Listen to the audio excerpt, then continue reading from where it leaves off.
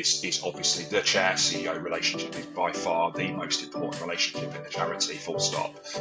You have to work as a pair, you have to work as a tandem and understand each other's roles and how you facilitate and support things moving forward and have that shared vision, which doesn't mean that you're going to agree on everything. Sometimes naturally you're going to have a different opinion, but how you handle that is around trust and respect, and that you understand what comes with it. It's, so I think that is often some of the things where I see things go wrong, and that lack of understanding of what it's like to sit in the other person's shoes.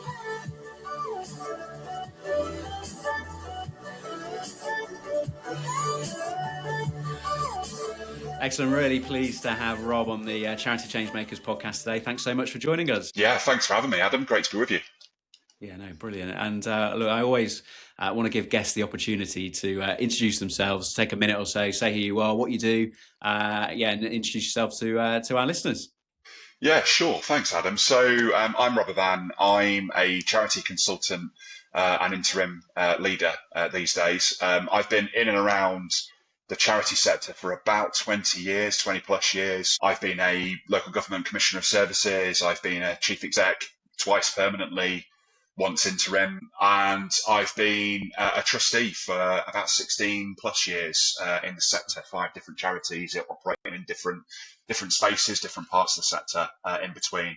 And I went freelance just over 18 months ago, actually, and really loving, the experience and the side of it at the moment. And I focus, most of my work is in sort of leadership, in charity governance particularly, and also in strategy and strategy development as well. So I do some mentoring of other leaders. I do, charity governance review, strategy development, lots of other, bits and bobs, training trustees, and all sorts of related areas. So great to be with you. Yeah, no, perfect. And loads there for us to unpick, and I'm sure lots of different areas that we'll go into in conversation through the podcast. But we like to start the podcast off with some quick fire questions, give the listener the opportunity to get to know Rob a little bit better. So before we get into all of that big stuff, what does a good weekend or a day off look like for you? Well, I've got 3 kids, as you can see on the wall behind me. So to be honest, family's number one for me. So a good weekend would be us, together doing something together, and usually for us that's being out and about, seeing things, walking, visiting historical attractions.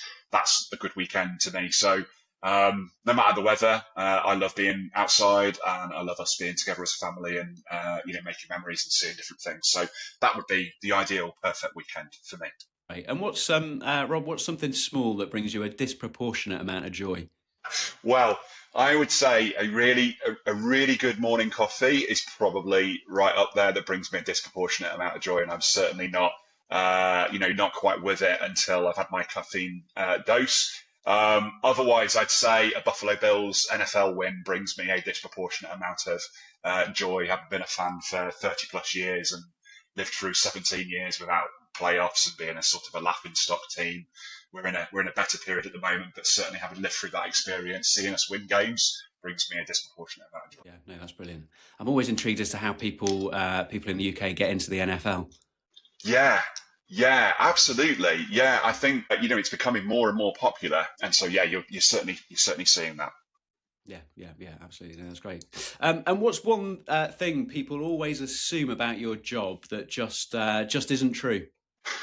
Well, I would say, I suppose when you say you're, a freelance charity consultant, people think you must be minting, your own currency, and sort of getting ready to retire to the Bahamas or something, because people think with day rates and other things that, you must be turning it in from that side. And I think people fail to appreciate that you're building a business. There are times when obviously you're working, there are times when you are not. There are all the other costs and the things that are associated with being self-employed that people don't appreciate perhaps when you're in direct employment. All those things fall to you. You're your own IT person, you're your own HR, you're all of those sorts of things that you have to do. So I would say that's probably the number one thing that maybe people don't fully appreciate. I think those in the sector do, but certainly I think that isn't always understood. Yes, yeah, absolutely. No, that's great. That's really, really helpful. So, yeah, we've heard here Rob's not on a fast track to a beach in the Bahamas. So No, yeah, unfortunately not. no, no, no, that's great. And look, Rob, really grateful for you coming on the podcast and yeah, sharing with us today. You shared a little bit about that start. We're always really intrigued as to how people ended up in the charity sector, because it seems very rare that people set out with that intention at the start of their career. So yeah, how did it all Yeah. start for you? Yeah, it's really interesting, isn't it? When my oldest is 14 at the moment and trying to work out what he wants to do, in the future, in this sense of, you have this route and you're going to follow it, and that's what you're going to end up doing in the future. And of course, for most of us, that isn't the reality. You sort of find your way, don't you, into other things. So I think, growing up, I wanted to be an archaeologist. I'm massively into history. That was sort of my intention. I actually went to university to study psychology and criminology. And that led into the first, 8, 9 years of my career. I worked in local government. I ran community safety partnerships, which are fundamentally about crime and disorder reduction. So I was, serving on domestic homicide reviews. I was commissioning services for domestic and sexual violence, for high-end antisocial behaviour.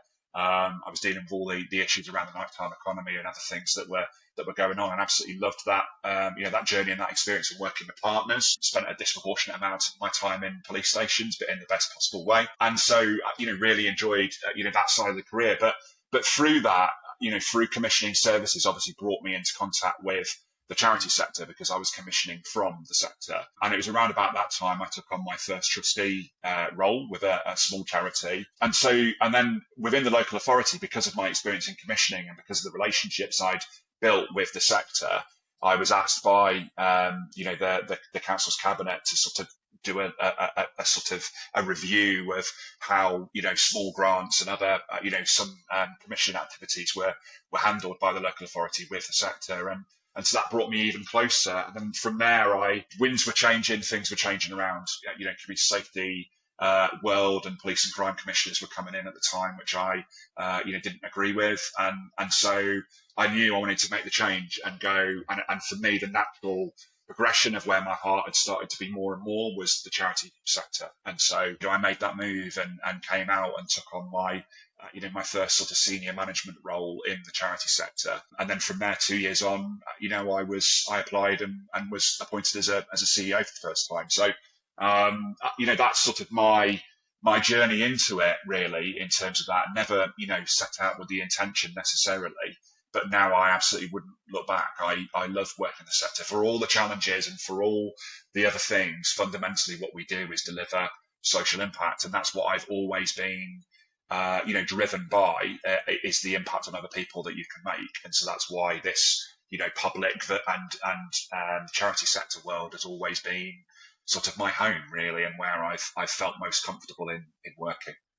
Yeah, absolutely. And I guess that transition from, like you say, commissioning services, still very much working in that, wanting to deliver social impact. But I guess, in the charity world, you get to be that bit more hands-on with it. Definitely.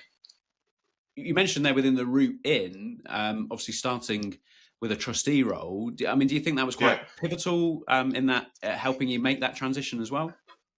Yeah, absolutely. Yeah, and I would, I'm hugely passionate about trusteeship in general, and obviously having done it 5 times, you can tell that. And I always say to other chief execs, when I mentor other people or people who are aspiring to be, in that position in the future, I always say go and be a trustee somewhere else, because it absolutely changes the way you think. You see things from the other side of the table, which as a CEO, absolutely improved my practice, because you see things that you take back to your own work that are really good. You see things where you feel, actually, we're okay, in this area, in comparison. You see other things where you better understand how to put forward better decisions to your board, how to work with your board, and what it feels like to be one of those volunteers who's sacrificing their time and energy because they care about the cause. You maybe understand that and have a different insight that they're absolutely, the board are there to assist you in your work as a CEO, and having that really strong relationship where there's that trust and respect on both sides, that can definitely be helped by the fact that you've been there and done it yourself, and you understand what comes with it. So yes, I'd say that was hugely pivotal, definitely. Yeah. And I know we're leaping a little bit forward, but I guess whilst we're here in the conversation, it's probably because you have sat on both sides as chief exec and on the board, and now obviously Yeah. in the capacity now as consulting. I mean, what are some of the, like you say, that relationship's pivotal, right? The Yes. board and chief exec relationship's just so important. I mean, what are some of the things that you see? I don't know, chief execs consistently get wrong in the way that they report or work with their board, and vice versa, boards working with their chief execs. I think you have to start from that trust, and that communication, I think, is fundamental. And I think you, as a CEO, you have to work particularly really closely with the chair. Is obviously the chair CEO relationship is by far the most important relationship in the charity, full stop.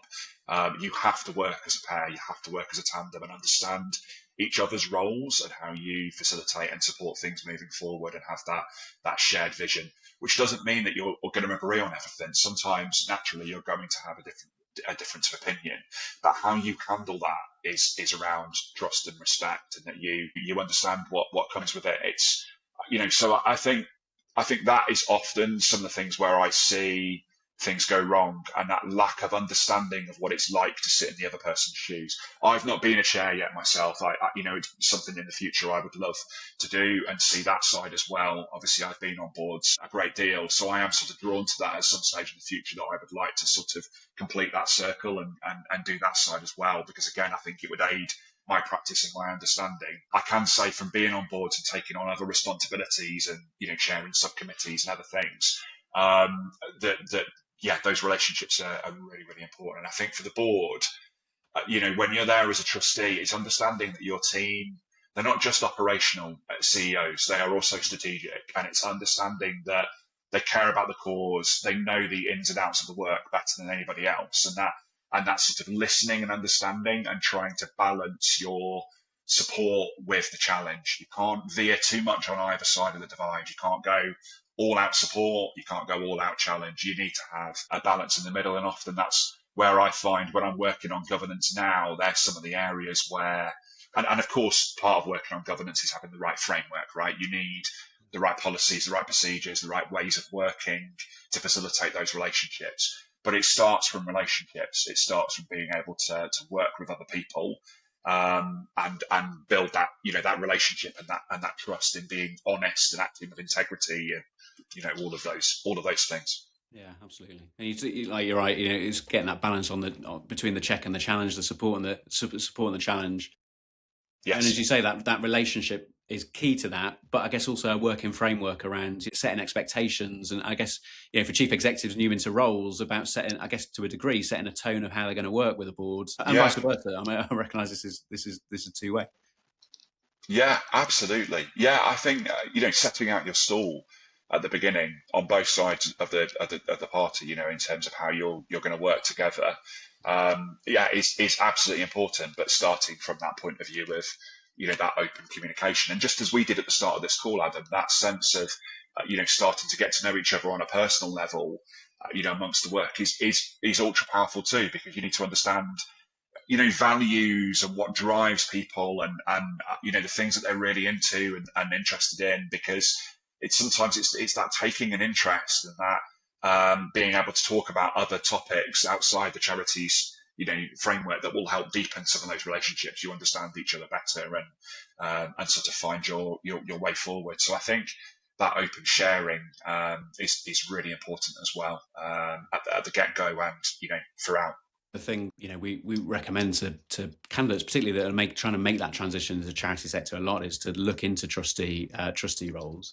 Yeah. I guess I'm interested from your experience as well, having been a charity chief exec and trustee, and maybe doing both of those things at the same time. How do you navigate that line as trustee, that to remember that you're in there for the strategy, and not be like, oh, I know how to do this, and want to get jumping and hands on. How do you that line between governance and strategy and operational? Yeah, it's a really it's one I see in a number of boards, but I would also say to you that from my experience, I've never I've never felt myself drawn to wanting to get involved in operational matters, and that might just be a personality, thing that I'm clear on why I'm there, and I'm not there to tell them how to do their jobs. I don't, know their, despite being a CEO elsewhere, I don't know their organisation and their, cause as much as they will. So I've always looked to support with, helping maybe other board members understand the CEO role and understand the line between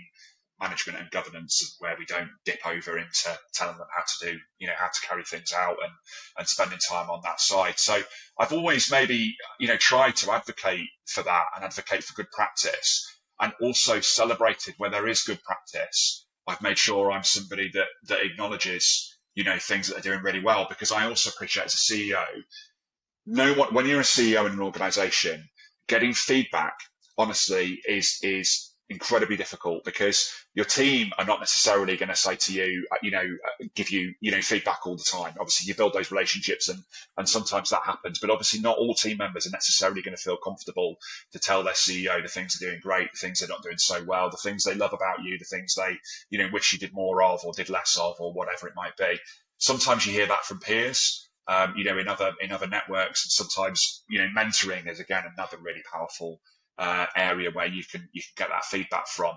But I've always seen with my chair and my boards, I've always encouraged them to be that, to give feedback. And so when I've sat as a trustee, I've also been really, really clear that we should, recognise their value, and we should, acknowledge the work that goes in, and acknowledge, things when they're really good and they've done some amazing work, that we make sure that we absolutely step up and do that, and we acknowledge it, that we don't just take it for granted, and we don't just not say anything because it's expected, or because we don't know how they take it if we suddenly went, that was an amazing piece of work, well done. And so, I've always tried to encourage that too.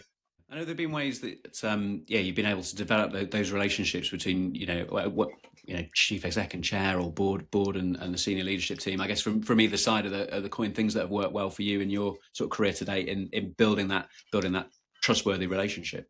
I mean, I think for me with a chair, it is starting from the position of trust, and that knowing each other, and taking the time to build that relationship and understanding where that line moves forward. And I think how you build trust is when I think of great chairs that I've worked with, people I've really appreciated working with, sometimes it's been things like they've recognised that I would keep them in the loop on things, the things that they absolutely need to know, the things that are happening within the charity, or, the little things that come up from time to time. And when we faced a challenge, we did that together. We worked through a way of how can we best split this between us, and we faced this down, together in a way that you move forward, rather than abdicating my part of the responsibility and leaving it to the chair, or equally the chair abdicating theirs and leaving it to me. I think it's really important that you come together and you find your way forward. So I think it's just something that takes effort all the time. And I often say this from a governance standpoint. Governance is never done, right? You never get to place B, that everyone's trying to get to the destination. You're always somewhere on that journey, and sometimes it's 2 steps forward and 1 step back, because people come and go, things change around you, there are things that get thrown up outside the charity's boundaries that you have to deal with.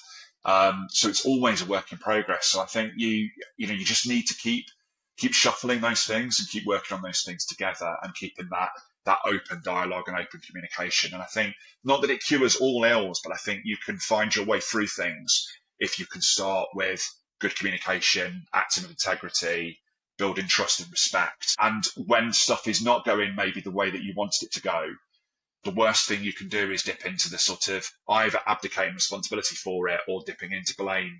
As a board, one of the worst and most destructive things you can do is sort of start pointing to your exec team of, how did we get in this place? It must be your fault, rather than actually how do we get through what's done's done? How do we move forward from here? And how do we learn some of those lessons that move us forward? There's a place for accountability, but there is, a need to sort of to stick together and work on those things together, or else it all goes pear-shaped really quickly. Yeah, absolutely. I think actually one of my reflections of the charity sector over the last few years, whether it's been going through COVID crisis or funding crisis, cost of living crisis, it's those organisations where there is that close working relationship between board and senior leadership team that have been able to adapt and flex and face those challenges head on and try and solve some of those the big problems that clearly people are grappling with, and understanding. I think that's always the challenge, isn't it? It's helping the board to understand the challenges at the front line and not just be sort of head down in the spreadsheet, but actually recognising the cause that the organisation's there for and the difference that it's making. Yeah, absolutely. And I think you have to have some of those fundamentals in place. As much as the relationship stuff I'm saying is really important, but you've got to have the framework around the way that the board and the exec team work together that supports it. So you need things like scheduled delegation. They are good practice for a reason, right? Because it's about clarity. The more clarity that you have in the organisation of who can make what decisions, where things rest, what we're about here, you've got a really clear strategy, and that strategy then is impacting on how the budgets are set, what the meetings spend the time on because they're key strategic matters, etc. The more clarity that you can have and the more of those basics you've got in place, the easier your life is on lots of other fronts. So again, one of the things I often see, where the problems come is where you haven't got some of those fundamentals and you haven't got that clarity. And then it's no wonder that people don't know what they're doing, that they dip into things they shouldn't be, because you start from a place without clarity. And I think too often people look at strategy and other key governance documents as being something over there we'll get to when the time comes, and the time never comes because you're so busy dealing with the operational stuff. But they're your starting point, right? That's where you should start. And if you come into a post as a CEO, and you find those things aren't in place, that's the first thing to work on, because too easily you'll get driven into dealing with operational stuff without having that clarity, and sooner or later that will become a problem. Yeah. And is that a lesson that you've learned along the way from being a chief executive in the sector? And is that some of the experience that you bring from being on both sides? Well, where I've seen it go wrong, certainly in client work, and where I've seen that be an issue, absolutely, where you've got that lack of clarity, and where I think that, where I bring experience of where things have been good through hard times. So I've been for a closure of a charity as a trustee. I've been through, I worked through COVID as a CEO, which was incredibly difficult and incredibly tiring and, emotionally demanding to lead through that period. And I think for many in the sector, people are still, just about recovering from that period, really, because it was so difficult and so intense. And I think having some of those fundamentals there meant that you don't sail your way through those, but you find an easier way through it than might have been the case if you hadn't had, some of those fundamental things in place. So I'm grateful that I was able to sort of have some of those fundamentals there that made those journeys a little bit easier than they might have been otherwise. Yeah, and as you reflect on your career of within the charity sector, so as chief exec, senior leadership roles, we're always interested, I guess, in the things that you think that have helped support you and grow within your career, and things that have been helpful to you along the way. People have talked about all sorts of different things, I guess, in these types of conversations that I've had, from mentoring to qualifications to inspiring hiring managers and boards of trustees. What do you think has helped? Some of the things that have helped you sort of progress your career within the sector over the last few years? Yeah, I definitely think mentoring, I'm really passionate about mentoring, and I still do quite a lot of mentoring, both pro bono and paid, these days. And I'm really passionate about it. I benefited from having some amazing mentors, while I was a CEO. But I also look at, I guess, where I've taken lessons from managers. We've all worked for people that we have, you have good and bad experiences, don't you, of people who have led you at times or have been in those senior positions, and the lessons you take from them. And I definitely have tried to adapt those things into my own practice. And I think about the managers that I really enjoyed working for. I try and emulate, their style, in the sense of, the things that really mattered to me were, I felt supported, I felt valued, I felt appreciated, I felt like they always had my back. But I also felt like they gave me the time and the space to sort of to develop, to take on new things, to take on new opportunities. They let me go with some of those things of sort of, and learn the lessons, from it. But they're always to support rather than tell me how to do it and sort of close me down. So I I really appreciate that style. But yes, I think mentoring is crucially important. And for any chief exec, I think finding a mentor, and there are loads of services out there that do that for free, is absolutely something that I would say to anybody to go and do, just as I would say go and be a trustee somewhere else, because it changes your perspective, and it made me a better chief exec doing that, and having that insight and that experience. So I'd say those things are really important. And I think for your wider team, it's hiring well, it's supporting the people around you, to have clarity in what you're asking them to do and clear accountabilities, but ultimately let them fly, as well, and delegate those responsibilities. Delegation is something to really work on as a chief exec. It is not, it never will be all on your shoulders. It can't be. You won't be successful if you try and do everything yourself. You won't be. And I'm not an expert in all the different areas that my charities have done, or you have to look to the people that you bring in who are experts, and take their advice, and let them move forward with things around it. So I definitely think that hiring well, and obviously making sure that they've got support around them, that they have access to mentoring. I've brought in coaching for my managers, and that's been incredibly powerful and helpful to have somebody else to work on those areas that's outside the organisation, and you see the benefit of those. Yeah, indeed. And if you're speaking to a chief exec today or senior leadership team that are trying to find or encouraging them to find mentoring, I'm just thinking there's going to be people listening here. What's a good way of finding a mentor? How do you go about that? Yeah, well, I guess if you're, you're in the sector already, you look at organisations like Cranfield Trust, for example. I'm a volunteer with Cranfield Trust. I offer, mentoring as well as other, free consultancy services for you to do action learning sets too. So there are lots of things through that route that you can take up. Akivo, also provides mentoring for members to move things forward. There are other organisations out there. The Kilfinnan Group offer free mentoring for charity leaders from the business sector. I personally had 2 mentors through Kilfinnan, and they were absolutely brilliant, and people I never would have met or come into contact with otherwise, and they were excellent. So, and obviously the other traditional route is to approach somebody that you have time and respect for, that maybe has been there before, and ask them if they'd be willing to meet over a coffee and sort of start a mentoring relationship. Obviously that's quite a big ask for people, but I'm always really interested when I get those requests of people to give time to, and to think about if you're a match moving forward, and how you could help. So they're just some routes to look absolutely. into. Yeah, indeed. And that peer-to-peer, like you say, reaching out. I mean, the sector on the whole is is very receptive to that type of thing as well. Yeah, absolutely. So. Yeah, definitely. Yeah, I think so. Yeah, no, that's great. So tell us a little bit. So it's like we've got this, commissioning into senior leadership in the charity sector, and then transition into consulting over the last 18 months or so. Yeah, talk to us a little bit about that transition and how that's how that's gone, and what's it like being on the outside looking in? Yeah, it's definitely different, and it's really interesting, and I'm loving it. I'm really enjoying the variety. I love the variety, right? It's one thing I've always loved, and I always love about the sector. One of the things that I'm really passionate about the charity sector about is not just the social impact we make, but the diversity of social impact, right? The range of causes that are within the charity world has always inspired me, and that's why I've been a trustee in different parts of the sector, because I've really enjoyed that. And you learn different things from being a trustee of a local independent museum versus, being a trustee of a grant giving trust. They're completely different.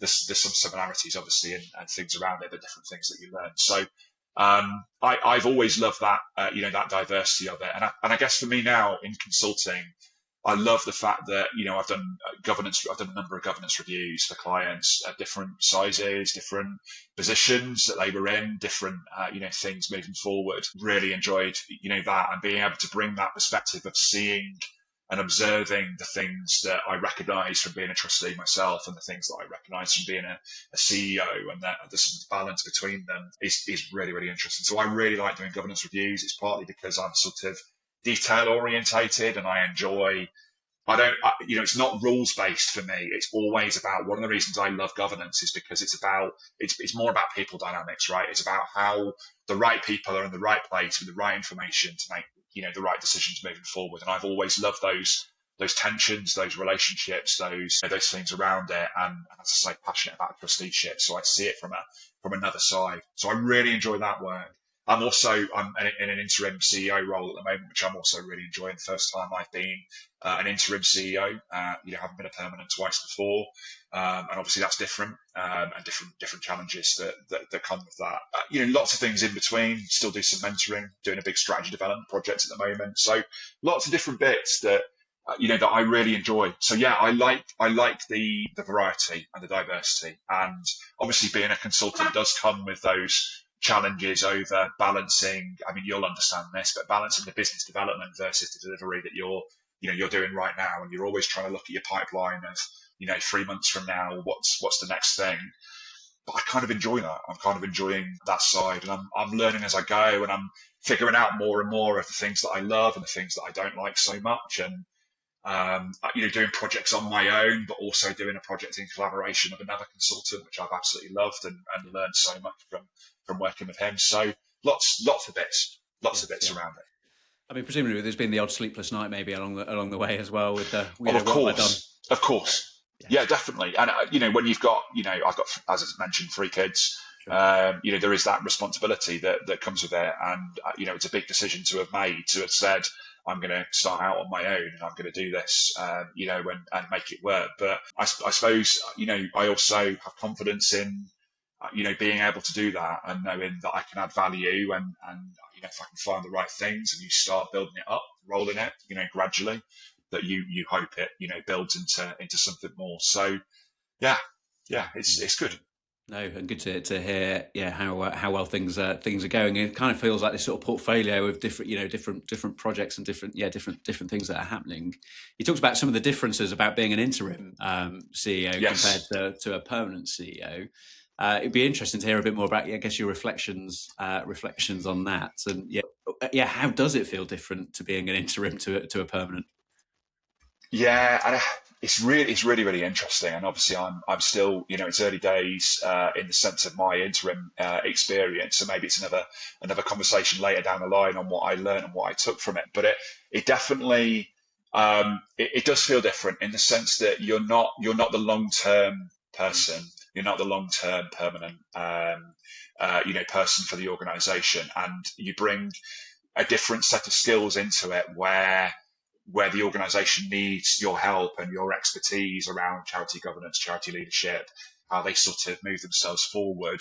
That's my focal areas, is sort of assessing, as you would as a consultant, coming in, meeting with everybody, doing the listening, and the reviewing, and then drawing up a really clear plan of these are the things that we need to get done before you're going to be ready to have somebody come into an organisation that is, ready for them and ready to move forward to your next chapter. So it's different in that sense. Whereas a permanent, obviously, you can take a longer term view of, things that you're really going to work on, and you're perhaps more cause driven, I think would be fair to say as well. In the interim capacity, I am expertise driven in the sense that I'm, assessing it and moving things forward. I'm not so much on the cause, driven side in that sense as somebody else might be in the future. And that's appropriate for where, you're at now. And it'll be different for a permanent. So I think that's one of the biggest differences, I've noticed, I suppose, and the biggest difference between the two. There are other things as well around it, but certainly that's one of the biggest differences. Yeah. And how do you go about, I guess, breaking down some of the barriers maybe? I mean, I've never been an interim CEO and I've never been a charity consultant, but I've been an employee in charities that have brought in interims or brought in consultants, and I guess there's always a nervousness for the team about, they're bringing this person, they're going to tell us what we already know, or they're going to change things. But I'm here for the long term, that type of thing. I don't know your circumstances, whether that's what you face, but how do you sort of build that rapport? I would say, so far in my experience, and obviously I'm still early in my, consultancy journey too, but I would say so far in my experience, I've come across less of that than I have of, actually, we really want you to help. We really need the expertise and the assistance on moving forward. And actually, people have been, really willing to work on that. I do think, again, that's part on relationships and how you go into it. That I suppose also that you listen and you build some of that trust and respect on also recognizing the areas where they're actually really good and where they're delivering some amazing stuff despite maybe other, challenging, extenuating circumstances. And I think maybe also recognizing, I've been through difficult stuff as both a trustee and a CEO along the way. And I think maybe sometimes having that ability to say, like, you're not alone. This is, happened elsewhere, or I've been through this before. This is how we got there, and sort of move those things through. Maybe also helps take away part of the, this is only us, and therefore, like, that you're sort of, that they're in this position because of something unique about that organisation, as opposed to, wider issues that are across the sector. So again, I think it does come back to relationships and how you start out working together, and obviously the fit is really important. Whenever I meet with a potential client, I'm also looking at that fit of, am I the right person for you? As much as, is this the right, the right role and the right sort of project for me that it really floats my boat. And obviously it's nice to be able to be in that position sometimes, but it is really important, I think, that you don't take stuff that you are not the right fit for. And I'm lucky to also have a network of other consultants and to be part of a number of other networks that I can pass things to, that I'm not the right fit for you, or I am not the right set of skills, but I know this person over here would be a great fit, and it's exactly the kind of thing that they love doing. So I'm able to sometimes, do some of that too. So yeah, I think that relationship stuff is the really important part, to not have people on the back foot immediately, and to start on the right side as you mean to go on. A reflection on where I'm at than others, and some not at all. An evolution for me to do. No, I think you're right. And I definitely think I will almost certainly have that experience at some stage of people being more, on the back foot or more resistant perhaps. But I'm fortunate to this point that hasn't been, the case. I've been lucky to be in places where, they want that expertise and they want things to move forward and change. Obviously, sometimes does that change when they hear, the outcome or the findings, of course, and sometimes how you deal with that and how you, move things on is really important. And I suppose one other experience I would say on governance reviews, sometimes you can find stuff that is a surprise to the people. There are things that they're not surprised about, and there are maybe one or two things that sometimes they're intrigued as to where that, and didn't necessarily, think maybe something was as in the position that it's in, or didn't, appreciate that might be a priority. And I think for me, one of the things I always do at the end of a governance review, after they've had their sort of the final report, is to bring everybody together in a workshop to review the recommendations and the findings as a group, as trustees and senior team, but also make it really clear to people that I'm a vessel for what has come out. It is not Rob is saying, this is a recommendation. It is the facts of what I've seen, what I've reviewed, what I've observed, what you have said in interviews, and the things along the way. And I think sometimes helping them to understand that this is like you're holding up a mirror to them. This is what we've, seen and heard, but it's not your take on things. It is the facts of the matter that have come out in the review. I think, again, how you handle that is important with people, and sort of asking them to work through and prioritize, and where they might disagree, it's natural to have those conversations around it, but now you agree actions that you're going to move forward. And in my experience, when you do bring them together, you go into it with this belief that there's going to be, differences of opinion, and the organisation might be slightly concerned there's going to be, big differences. And actually, when I come out of those days, it's always with a really positive experience. And actually, there's a lot more agreement and a lot more alignment than people thought there was going in, that they're actually pretty agreed and aligned on the priorities moving forward. So that sometimes reassures and helps moving forward too. Yeah, indeed, and really, rewarding, isn't it? For everybody in the Definitely room, actually, really because we can be creatures that want to avoid those difficult conversations or those conflicts. Definitely. But actually, having that facilitation to be able to put it out in the open, and then like you say, put that marker down and move things forward and put a plan in place. Actually, everybody comes out of the room going, well, blimey, yeah, it's how much value we've added in this. Yeah, it's definitely, and it's really powerful when you hear someone, a trustee or a staff member say to you, thank you, that I thought I was the only one that felt like this. I thought, it was only me that saw this. I thought I was wrong on this side and everyone else has a different approach. And actually, sometimes seeing that is really helpful to move things on.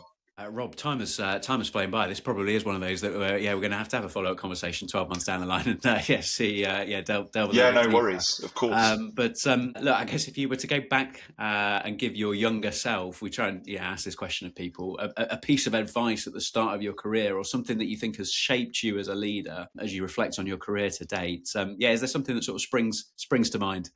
I suppose shaping me as a leader, as I mentioned earlier on, would be the people that I've seen do it well around me and the people I've respected. I think if I went back and spoke to myself now, I would say maybe to acknowledge that a little bit more than maybe I did at the time, in terms of actually, there are some people along the way that were great managers to me that I have told them how I felt about them and the impact they made on me and how that has sort of changed things for me. But I wish maybe I'd done a bit more of that as a 25-year-old or whatever. That I'd maybe said that more often and acknowledged some of those things and those impacts made. So I think definitely taking on board the people around you that are good in your own practice.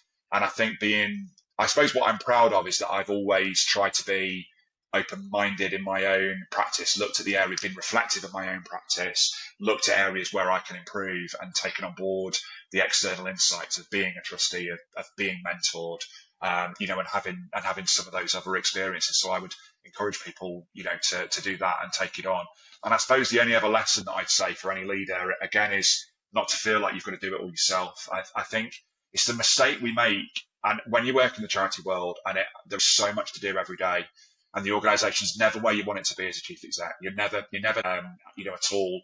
And again, because you don't often get that feedback, as I mentioned earlier on, you sometimes sit on and dwell on the areas where you're not so great and where the organisation is not so great, and you take that to heart as a personal responsibility.